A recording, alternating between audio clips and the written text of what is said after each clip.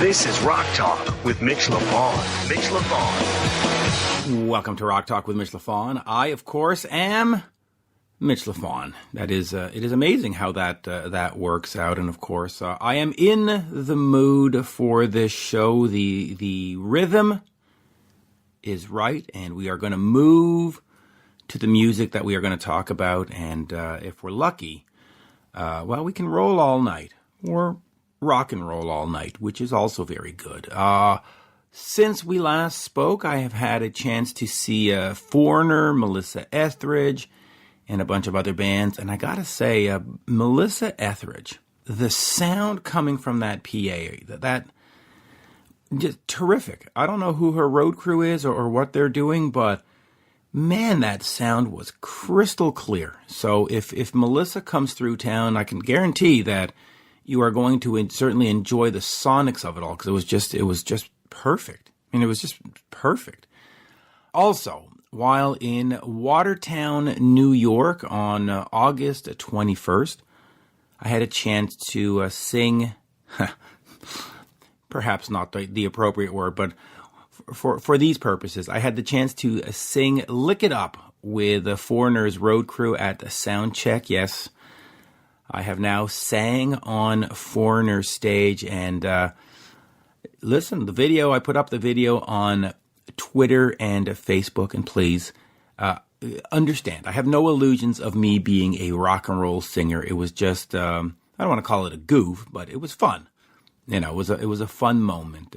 Today, we have drummer Roger Earl from Foghat, and his conversation was quite compelling. It was amazing. He was very, very talkative, which is great. Nothing worse than a guest that gives you yes/no answers. So kudos to Roger. Now the band, of course, is still touring. This band never stops, man. Foghat tours and tours and tours and tours.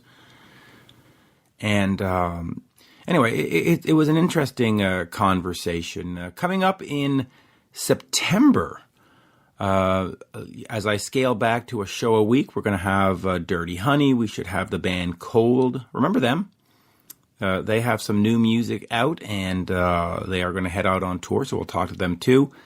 And I've got a Canadian artist called Rock Voisine, which will be the next episode, actually. And some of you, of course, may know Rock, if you're especially Canadian listeners, or European listeners, because he's done well in France and Belgium and other countries.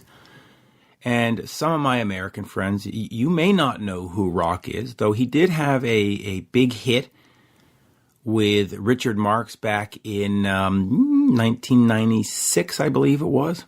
But he was sort of, he was another sort of a Bryan Adams, Corey Hart kind of guy. Been around since 1986, so we're talking 33-year career.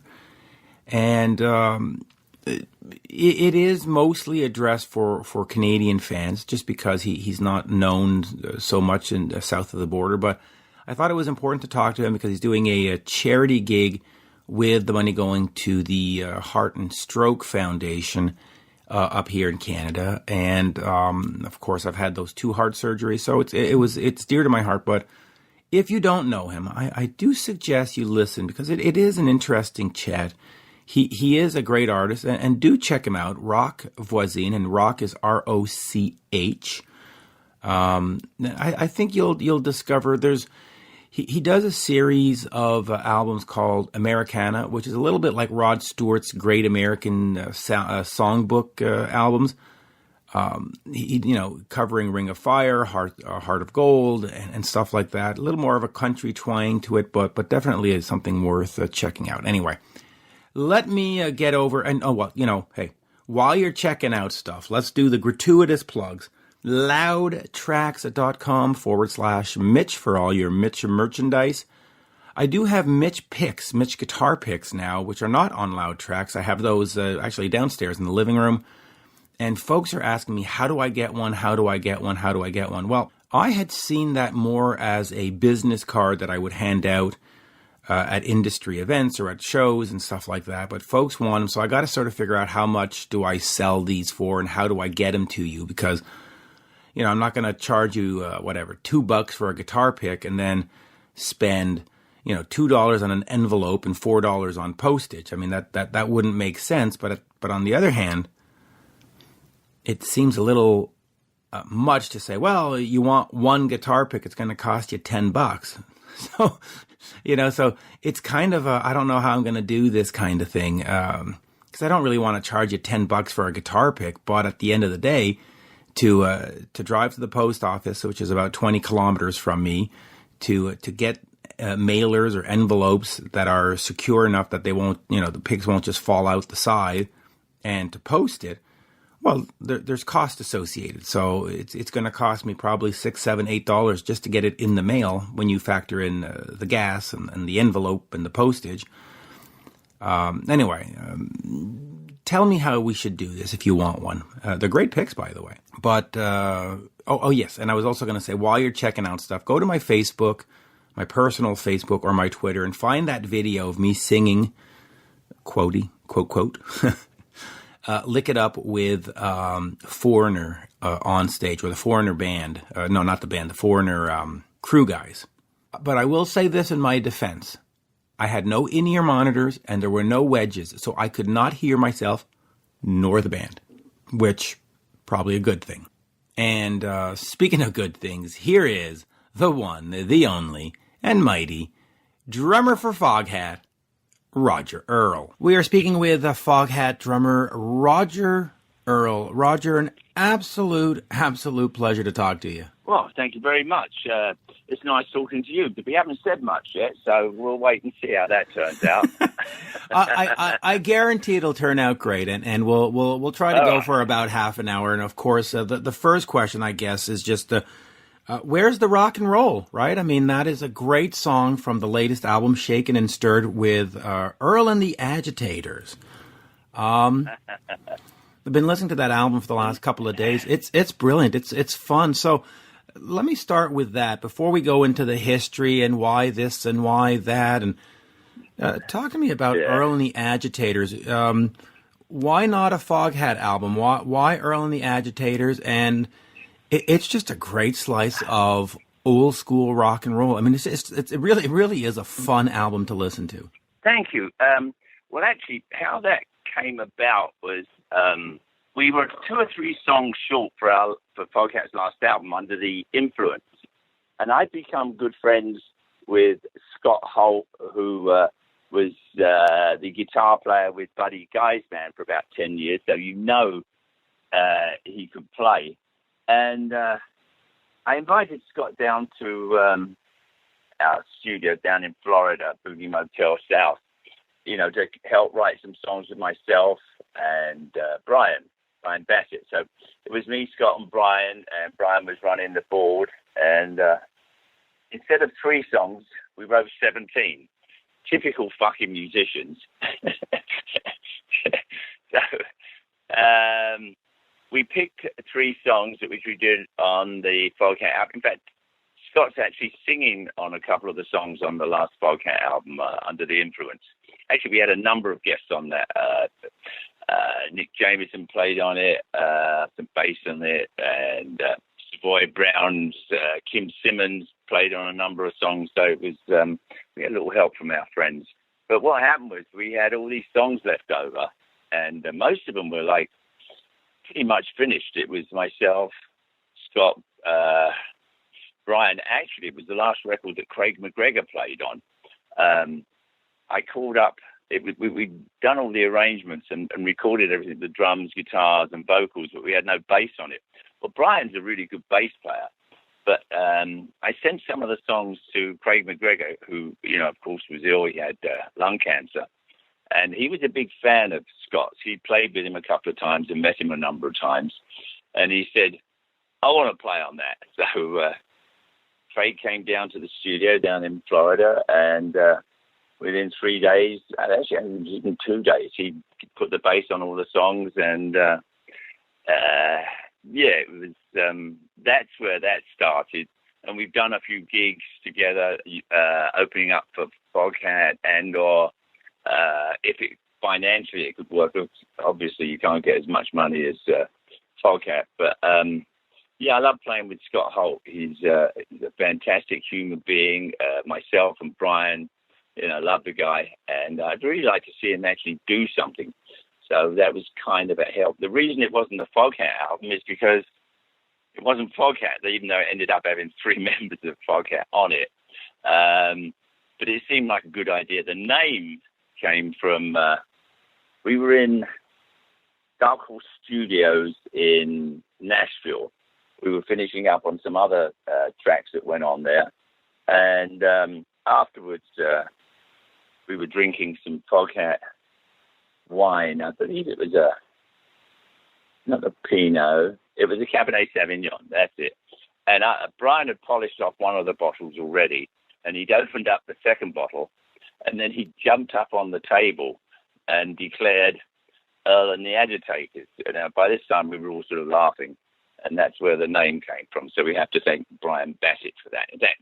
We have to thank Brian Bassett for a whole bunch of stuff. Well, and by the way, if folks want to check it out, earlandagitators.com. It's also on Spotify and the streaming sites, and it really is, it's a fun slice of rock and roll. Now, you did mention Under the Influence, which came out in 2016.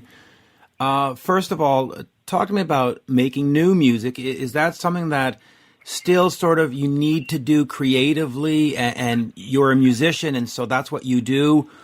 And is there a next new album, or at some point do you just say, you know what, let's just go play the 15 greatest hits, we've done enough? How do you sort of see it? Well, you hit the nail on the head. The typical musicians. I mean, the creative juices.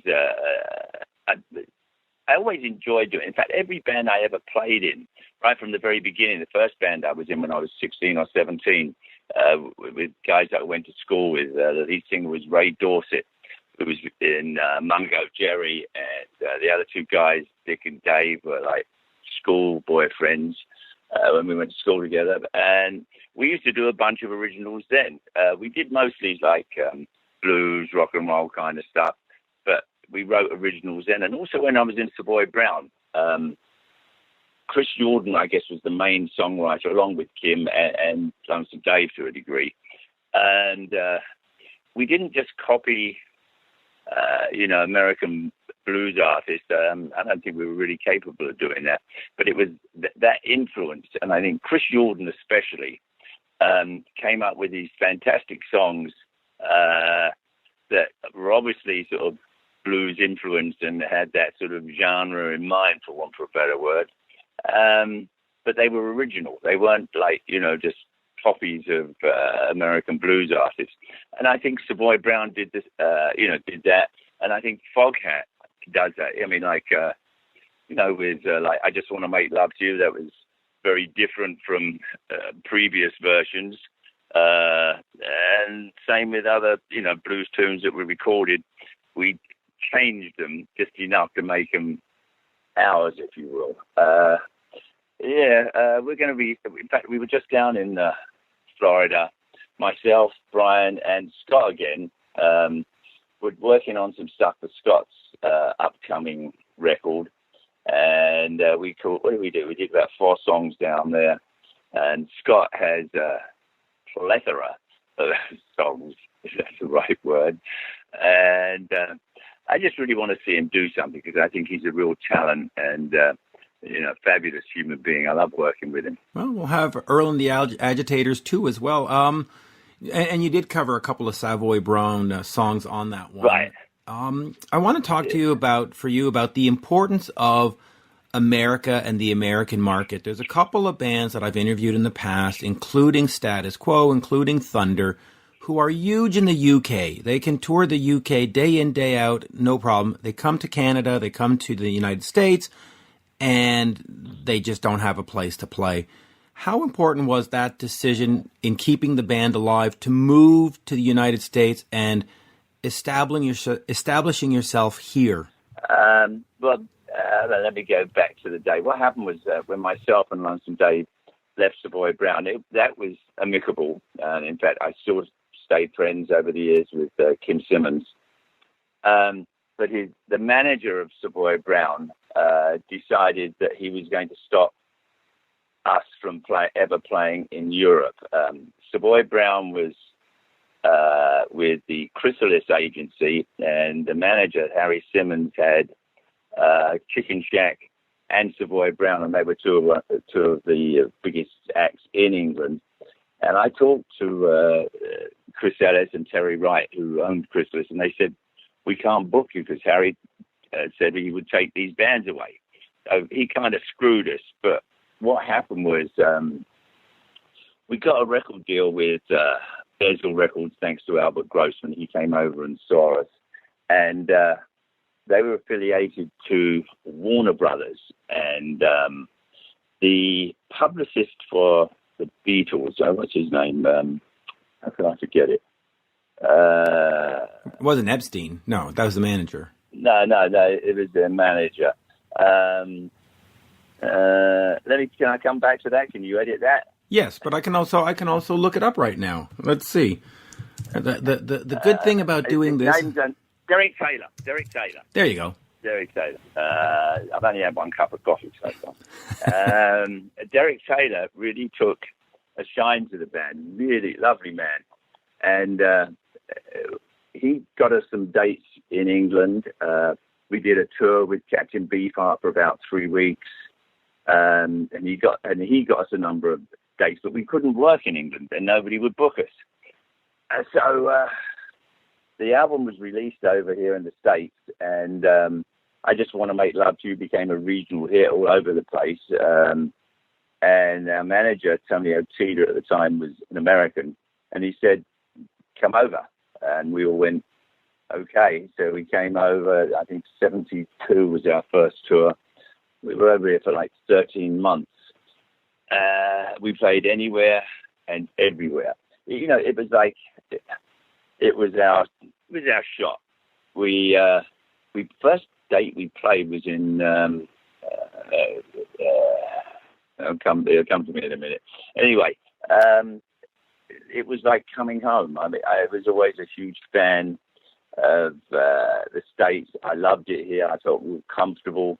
It's the land where music came from, you know, jazz, blues, big bands, rock and roll, country and western. It's like, this is where music came from. Soul music, R&B, you know, it's like, this is the land of music, and they export it all over the world. You know, the French, the English, Japanese rappers, Afghani rappers, everybody, even like contemporary music still goes everywhere. We're like, or I should say in the States, American music is like, you know, what makes the world of music go round. So it was very comfortable coming here. But because we didn't play in Europe and in England, I think, you know, we can't get arrested over there because of that. And I think probably Status Quo and other bands, actually Status Quo is one of my favorite bands, great band, because they didn't tour here consistently, I don't think enough people got to, you know, hear them and see them. So that's probably the reason they struggled here. And maybe the reason we didn't actually struggle to get an audience, because we played all the time. We still do. We do about 70 shows a year. Actually, we're just this Wednesday, we're leaving for Europe. We're playing in Dortmund, Germany. And then on the Friday night and on Saturday night, we're playing Liège in Belgium. We're headlining a festival there. So maybe things are looking up for Foghat in Europe. Well, one can certainly hope. In fact, I was looking at a Belgian site today talking about the upcoming show and trying to see where it says here, but it was translating from French to English. But it essentially says that Roger Earl and Foghat continue the esprit of Foghat, the spirit of Foghat, and that it's going to be a great show. And so, in fact, let me just quickly talk about that, because you have had a lot of lineup changes, and we know that, but so have a lot of other bands. Talk to me about sort of delivering the spirit of Foghat and keeping the music what's the word I'm looking for? Just alive. Just keeping it alive. Going. Well, if you go back to 1984, Rod Price had already left the band in 1980. So we had Eric Cartwright playing guitar. Craig McGregor took some time off playing bass around that time, and we had a couple of various bass players in the band. Craig took time off to bring his son up. And then Dave moved back to England in 1984, 1985. So I'm left on my own. I mowed the lawn, fixed the cars. And then I joined a band called the New England Jam Band. The only reason you were in the band was if you were famous once. Apparently, I could do that. And I played with Charlie Farron on guitar, John Butcher on guitar, Fran Sheehan on bass, James Montgomery playing harp and singing, the Uptown Horns. It was great, and that lasted about, I guess, 9 months, almost a year. And then John Butcher had a recording contract. Charlie Farron had one. So all of a sudden, I'm out of work again. So I put myself, Craig McGregor, and Eric Cartwright. We started rehearsing at my house, and we needed somebody else in the band. So we had a keyboard player for a while. Then we had another guitar player join us, and we were going out as the Knee Tremblers. But because it was 3/4 of Foghat, the promoters advertised it as such, and eventually I just succumbed to it and said, what the fuck? And I hadn't heard from Dave at all. In fact, he didn't even tell me he was moving to England. My wife told me. She said, Dave's moving to England. And I said, no. She said, yeah. His wife's packing up all their clothes and beds and chairs and sofas and sending it over to England. I said, uh-huh. So it was a little strange. They didn't talk a lot, but I think he just wanted a change of scenery. He came back in 1989, 1990, somewhere around there. That's there was the Rick Rubin thing of 93, I think, where he sort of said, hey, you should get back together, right? Yeah, and I still don't know to this day exactly what happened there. I was led to understand that, yes, Rick Rubin wanted the original band back together, so we did that. And then I think Rick Rubin got busy. We weren't, and there was not much going on, so all of a sudden we did 4 or 5 weeks touring with the original band, then we're out of work again for a year or so, whatever it was. During that time, Dave got busy writing stuff, and I did other things. And then we got back together and we recorded Return of the Boogeymen with ostensibly Nick Jameson producing. I was really pleased with it. Rod struggled, I think, with playing, and and then of course we went on the road, and it wasn't all that happy being on the road. He struggled with it. It was myself and Dave. It was in our blood. We loved touring. So that was. I enjoyed the record, Return of the Boogeymen. I thought it was a good record. Yeah, it was. Let me get over to this one here, because I don't want to forget this. We are August 19th, 2019, and in August 19th, 1977, so 42 years ago to the day, you released Foghat Live. Oh, really? Yes, 42nd anniversary today, so yay. But talk to me about that, because that's at a time, there's Kiss Alive, there's Frampton Comes Alive, eventually Cheap Trick Live at Budokan. The live albums seem to have been the thing to move bands to the next echelon. And of course, Foghat Live seems to have done that, because you sold more albums of that than anything else. So talk to me about recording that album, the importance of that album, and is it a live album, or did you go like all the other guys and fix stuff up, fix a vocal, fix a drum, just talk to me about that album, because 42 years of the crown jewel, if you want. Yeah, actually, what happened was we were supposed to go back in the studio, and I would listen to every show we were doing. Our front of house sound engineer, a guy called Bob Coffey, who I'm still good friends with, would give me cassettes every night after a show, and I could listen to what we were doing, make sure tempos were. There was a lot of youthful exuberance back there, and I was the one who suggested doing a live album. As I said, Rod and Dave were kind of struggling to put new material back together, and it was really the band was really playing great.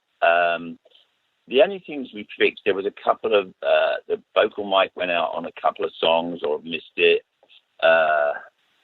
All the drums were what they were.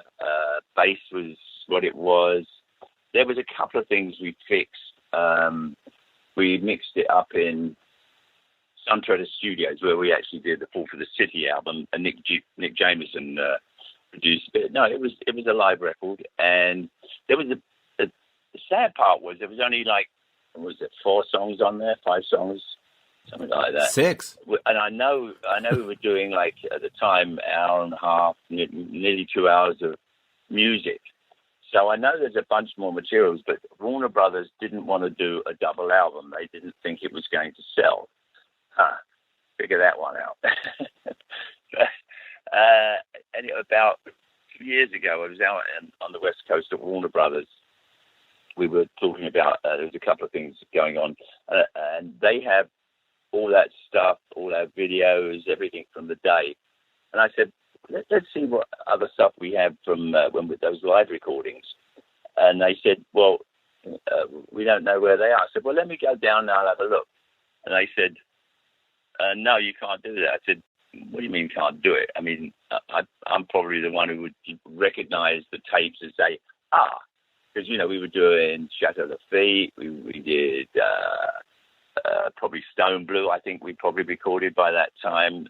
We would have some Chuck Berry stuff on there. We were doing a bunch of songs. Anyway, they decided that I couldn't go down there and nobody's allowed down there to look through there. I said, well, who's going to do it then? Probably after I depart this earth, somebody will say, yeah, look what I found. So, the band was playing great. It's a live record, and it was great. I enjoyed doing it. Nick Jameson did a great job mixing it, and all the percussion was my drum tech and our road manager did it. So it was Dave Lang, my drum tech, was playing percussion behind me, and our road manager was also playing percussion. So that's all there as well. You hear some rattling and banging behind me. It's strange that they would say that a double album wouldn't sell. I mean, Kiss Alive sold, Kiss Alive 2 sold, Aerosmith live bootleg. I mean, a lot of the albums were double live albums back then. It was sort of the thing to do, but record companies sometime. Since we mentioned Kiss and you mentioned Stone Blue in your answer, let's just go over quickly to that album, which was produced by Eddie Kramer. The stories, of course, are not one of great love for each other. There's sort of some static there. First of all, are those stories correct? Was there static, or was Eddie just a great guy to work with? I mean, talk to me a little about that album, Stone Blue. The album, I think, turned out rather well, despite the fact that Eddie Kramer is an asshole. It's unbelievable what an idiot he was. He would come in the mornings and fall asleep and or berate the sound engineers in the truck. We used, I think it was the RCA mobile unit, and we recorded the Woolworth Mansion out here on Long Island. It's a great sounding room.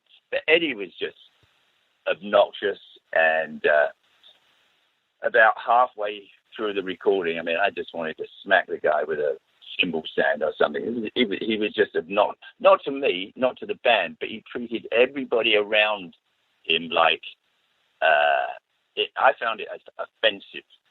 Everybody's got, something to say. And in fact, the engineers on it were terrific. It was Eddie who was the problem. And so when we started, anyway, finished the record, we were starting the mixing stage, and I'm listening to the drums. I said, Eddie, we need to bring the rack tom up. And he said, I can't do that. I said, pardon? He said, well, I've already mixed the drums down. I said, really? So I talked to my manager and said, this guy's an idiot. And he was getting, I think, 3 points at the time off the album. And Tony Otita, our manager, said, you're fired and you're getting 1 point. And if you don't like it, that's tough shit. And he was fired. And actually, the band mixed the album. We were out on the road and we were mixing it at various studios when we were out on the road. So that's how that went. Yeah, I don't really need to put Eddie down any more than I already have. He's such a fucking arsehole. Right. And maybe he got that attitude from the Led Zeppelin and the Kiss and the I don't know. But all right, let's. No, Zeppelin were okay to work with. I mean, they were fussy about what they were doing. I mean, I think he did a good job with them. But I also think Jimmy Page had a lot to do with the mixing and how things turned out on that record. But that's another story. But he also produced a whole bunch of great records. So maybe it just didn't work with us. I don't know if anybody else says things about him. Have they? It's hard to get anything out of like the Kiss camp because they're very good at being diplomatic, or maybe they just had a great time with him. I don't know. And of course, Jimmy can't talk because he passed away, and I don't think Led Zeppelin has commented much about it. So, you know. Okay. Since you mentioned Nick Jameson quite a bit, you know, first of all, I'm always amazed when I see him on TV or hear him doing voiceover. You go, yeah. He goes, hey, that guy on 24, he was in Foghat. It's kind of funny. That's right. But he comes in as a producer on, I guess it was Rock and Roll Outlaws, the first one, right? Yeah, Rock and Roll Outlaws. Yeah. And then eventually he ends up playing with the band. Talk to me about his style and him as a producer, and then having your producer play with you and play on the album. You know, it takes away that distance of outside ears, and suddenly there's a vested interest and there's a different kind of dynamic. Obviously, it worked out because "Fool for the City" is a great album. But talk to me about Nick and, you know, his current success and being in the band and producing and playing and just that whole package of Nick. Nick and I became good friends anyway. When I moved to the States, initially I lived up in Bearsville and Woodstock area, where Nick was also the house engineer at Bearsville. He'd taken over from Todd Rundgren, I guess. And Nick and I just became real good friends. He actually helped us out on our first album. He remixed a couple of songs on there and put some keyboards on a couple of songs. And so, you know, there was a connection, and we used to play badminton together, and we'd go out and hang out at various clubs up there and like jam. Tony Stevens was let go from Foghat, and we'd already auditioned Craig McGregor, who I particularly liked, but our manager wasn't so sure about it. So then I suggested Nick. Well, actually, I asked Nick first. I said, Nick, you want to join the band and play bass? He said, yeah, that was my first instrument. He played in the band down in Philadelphia, where he came from originally. So we rented a bass up in Woodstock, drove down, and Rod Price and I owned a house out here on Long Island, and we'd soundproofed the basement because we didn't want to bother the neighbors. And we started rehearsing and actually just jamming down there. And Slow Ride actually came out of a jam, which Nick Jamison actually then arranged down there. And then Dave said, I've got some words that might fit that. That's how that came about. Nick was, he's probably the one singular person that I learned more from about music and playing and everything, you know, to do with like being creative. Nick Jamison was the one who I learned the most from as one person. You learn something every time you go in the studio, every time you do something. But Nick was very generous with his knowledge. I love the guy. He's horribly funny. It's just like, when we do stuff like we would swap instruments. We'd be sitting around like in either my house or Dave's house around that time, and there'd be piano, guitars, drums and stuff to bang. And Nick would say, "All right, swap." I would play keyboards or guitar or something, and Nick would sort of show me what notes to play and what notes not to play, and we would just have fun with it. Nick was a tremendous influence on the band, as you noted. The Fall for the City album was probably certainly a real highlight, and then he also produced the live album and various other records with us. So Nick Jameson is a brilliant person and one of the funniest people I've ever sort of come across, and his mind is like he's pretty incredible. He's living in Reykjavik in Iceland now, and he's doing quite well there, I believe. And I love Nick. He was a really good friend and a great influence on this band. Yeah, absolutely. You mentioned the song "Slow Ride," so I'm going to ask you this. I used to, before he passed away, I was friends with Doug Fieger of the Knack, and we would get into the conversation about My Sharona, and he would always say, "You know what, Mitch? It's like the golden albatross around my neck, because it bought the house and it bought the pool and it gave me this lifestyle, but every time I went into the studio after, the record company would be, 'Hey, great, love the demos, don't hear another My Sharona.'" Was that sort of the same thing with Slow Ride and Foghat? Is it possible that a song is just sometimes too big or too iconic or too... Did you get that same kind of like, yeah, guys, we love the new, but we don't hear another Slow Ride? Is it a golden albatross or just a great song? No, certainly not an albatross around our neck. I love the song. Foghat never, ever was told what to do by the record company and to some degree producers. The producer, when they joined us, like Nick Jameson or Dave Edmonds, especially those two, they joined the band. They were like the fifth member. Record company never told us what to do. They were allowed to pick a single because most of the time it was like we did, or the songs we wrote and played, now we did it, was like to the best of our ability. So it was up to them. No, that never bothered me. Like I said, Foghat always did it their way, as it were. It was always the four of us in the studio. Though Dave was the main writer, and of course Rob Price was largely instrumental in lots of stuff. He was a brilliant guitar player. The band was in charge.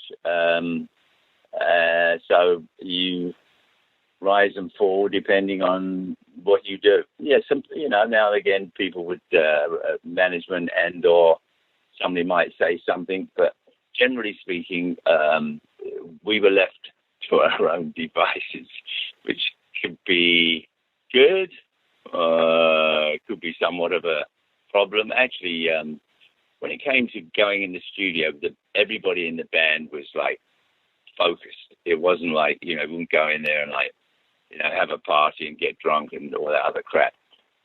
We saved that for after shows and when you were off the road.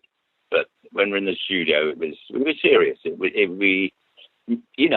Music is, it was always important to all of us in the band, especially myself and Dave. It was like, this is what we lived for. This is what we did when we were fortunate enough to get our shot with Albert Grossman and, be on Bearsville Records. And it was something that I think we treated, I don't know if the utmost care is the right term, but it was special to us. It wasn't something you fuck around with or try to, it was like, this is serious shit, making records and being creative.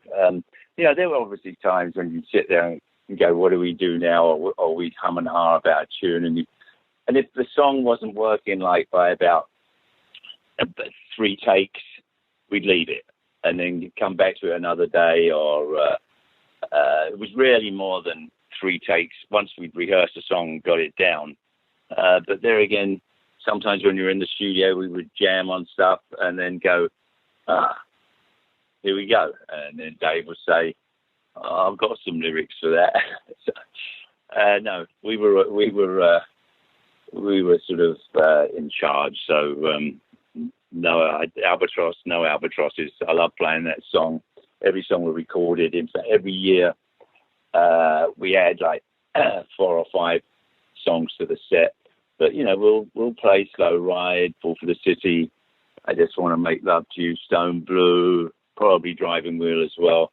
Until the day I depart, and I'm fine with that because I like the songs in the beginning, and there's always ways to sort of move a few things around. But actually, we're going over to, as you know, we're going to Germany and Belgium, and we're taking a couple of songs out the set, and we're going to put 8 Days on the Road, which we haven't played for 2 or 3 years, because I just think it would work better over there. So, that'll be a challenge. We all have to remember the arrangement, and Charlie has to remember the words. But it's fun. I love playing. We all love playing. Everybody has a blast out there. And sometimes when you get to some rooms, you just can't. The stage is like either too loud or you can't hear the other instruments. And so when you press autopilot, but when you're on stage and everybody can hear each other, which happens most of the time because we do sound checks, we have a blast. I'm real fortunate, and I know how fortunate I am, and I love playing in this band, and life is good. Life is great, and I see we're at 35 minutes, so I'll ask maybe 1 or 2 more questions, and we'll say thank you. That's fine. Take your time. It's all right. But I do want to ask you about Lonesome Dave. Talk to me about him as a vocalist, but also what he meant to you, because here you are in Savoy Brown, and together you decide we're going to leave, we're going to go do something new. Talk to me about him and following or going with him and believing in this band, because Savoy Brown was established, there was a brand name. You could have, what did he mean to you and his voice? Because it's one of the greatest voices in rock. Dave was in many ways the heart and soul of this band. He was our musical library. He was same as me. You never forget how to be a fan, and Dave was very much that. He was a fan of music. I think that, that's why you get into it in the first place, because you have this passion and love for music. Dave had this huge library of rock, blues, country, all sorts of music. And when we were on the road, actually, especially on the last tour, we had a bus tour that we did together. Dave would have either CDs and or cassettes. And after the show, we'd be sitting down in the front lounge of the bus having a glass of wine and some cheese and biscuits and stuff. And Dave would say, well, what do you want to hear tonight? And he'd offer selections from he had a suitcase filled with CDs and tapes. So he was on the road, he was our DJ, if you will, when we were off. And he would often turn everybody on, like some of the new stuff, like the new punk bands or the bands coming out of England. Dave was fantastic to work with. Every time we went on stage, you knew that Dave would be giving it 110%. And I loved it for that. I still get chills before I go out on stage. As soon as you start playing, everything's all right. But, you walk out on stage in front of 5,000-10,000 people, and it's like, whoa. So, I still get chills. Dave was, he just gave it everything he had, even when he was sick. I remember once I quoted in a magazine, I said, Dave's great. This is why Dave was still alive. I said, even when he's coughing up snot and blood, he still gives it 110. He turned to me and he read the article. He said, coughing up snot and blood. I said, well, he said, he didn't think much of it, but I think secretly he said, no, that's all right. I missed him. He was great. The only downside of knowing Dave is that you never knew him. He didn't talk. His conversations were either about music or he wasn't talking to you. He didn't. His opinions on other stuff he didn't share. But music was his voice, and it was pretty much that. Like I said, when he moved back to England, he didn't even tell me he was going, which was, if you knew David, you sort of expected it, but the fact that he didn't was kind of a little odd. But he was very quiet off stage. He wasn't the rowdy one like the drummers and bass players tend to be. I'll tell you a quick story. I've told this one before, but we had a day off in Chicago, and Dave said, "You want to go out and see some clubs, Rog?" And I said, "Yeah." Dave didn't drive, and I was driving, and so we go to this club in Chicago. I think it was called Mother Blues. Anyway, we go into the door, we hand over our $3 or $5, whatever it was, and I go to the bar to get myself a cognac, and I got a white wine for Dave. And I turn around, Dave's still standing in the doorway, transfixed with the band on stage. I go back to him, I give him his glass of wine. He says, "You know who that is playing drums, Rog?" And I said, "No, Dave, who is that?" He said, "That's Freddie Below." Now, I knew who Freddie Below was. He played on nearly all the Chess stuff, Chuck Berry. I mean, he was like one of the session drummers there. Great drummer. And so the band took a break, and Dave and I went over and introduced ourselves. And Freddie's looking at the two of us, and he goes, "So you guys want to jam?" Me and Dave said, "Yeah." And I thought maybe he'd play. But then he sort of goes off to the bar, and so Dave and I took over the second or third set for Freddie. He was quite happy to have a few drinks and let us bang away. But yeah, that was typical Dave. Dave was always up, sort of going out and jamming, and also Craig McGregor used to like to hang out with us as well sometimes. Yeah, great memories, great story. Was there, and I'll just ask you this: when you left Savoy Brown, was there sort of a fear of the unknown, like what are we doing? Or was it like, no, we've got a plan and we are going to execute this plan and it is going to be terrific? No, the typical musicians. No, there was no plan. In fact, the night that we talked with Kim and Harry, we went back to my room, myself and Tony Stevens, and Dave wrote... we started writing songs. Dave wrote Fool's Hall of Fame that night, and maybe he already had it, but we played it that night. The next morning, Tony Stevens was fired. Dave and I were asked to stay on if we wanted to, but next morning we met. Tony Stevens was always getting fired for some reason or another. Great bass player though, but he was. I won't go any further than that. He was a great bass player. So Dave and I went downstairs and had breakfast with Harry Simmons, the manager. And we said, thanks for the offer, but, we're going to leave, but we'll stay in the band for as long as Kim needs us.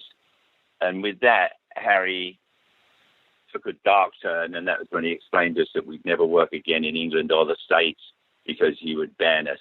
And it was pretty weird. Yeah, he wasn't a particularly pleasant human being, I don't think. It wasn't Kim's fault. Kim had nothing to do with that. Kim was a musician and he got on with his life. In fact, after we left, I think Savoy Brown had a couple of hits. So,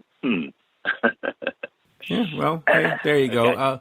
We will leave it on that for today because we've got 50 years of career. We could go on for 3 hours, but an absolute pleasure. And from that first album, Foghat in '72, all the way to today, Under the Influence, I think it was.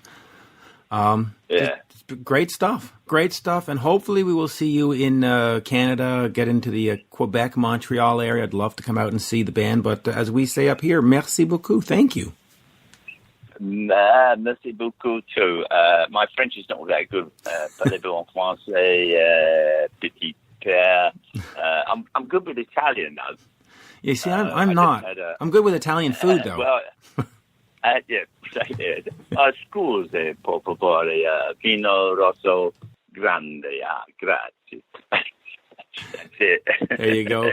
Merci. Have a great tour. Happy 42nd anniversary of the live album, and till we do this again. Okay, nice talking to you. Cheers. Bye-bye now. Thank you. Bye-bye. Bye. You're listening to Rock Talk with Mitch Lafon. Rock Talk.